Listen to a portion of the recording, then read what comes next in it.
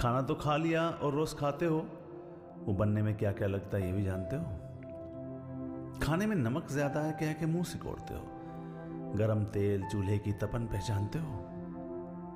थाली रोज सजती है, नियमित समय पर रोज थाली सजती है। उस बनने से सजने तक की प्रक्रिया में बहुत मेहनत लगती है। कमर की अकड़, सब्जी वाले को पकड़, उस आंच की तपन, वो कारीगर सी लगन, वो स्वाद लाने के हजारों जतन, बस खाके आपका खिल उठे मन, इस इच्छा से रोज थाली सजती है। उस बनाने वाले की सराहना कभी कर दो, और ऐसा अगर रोज कर दो तो थाली सजाने वाली क्या, थाली भी मुस्कुराएगी, सच में बात बन जाएगी। कितने ऐसे भी हैं जिनको ये मिलता भी नहीं। सोचिए, कितने ऐसे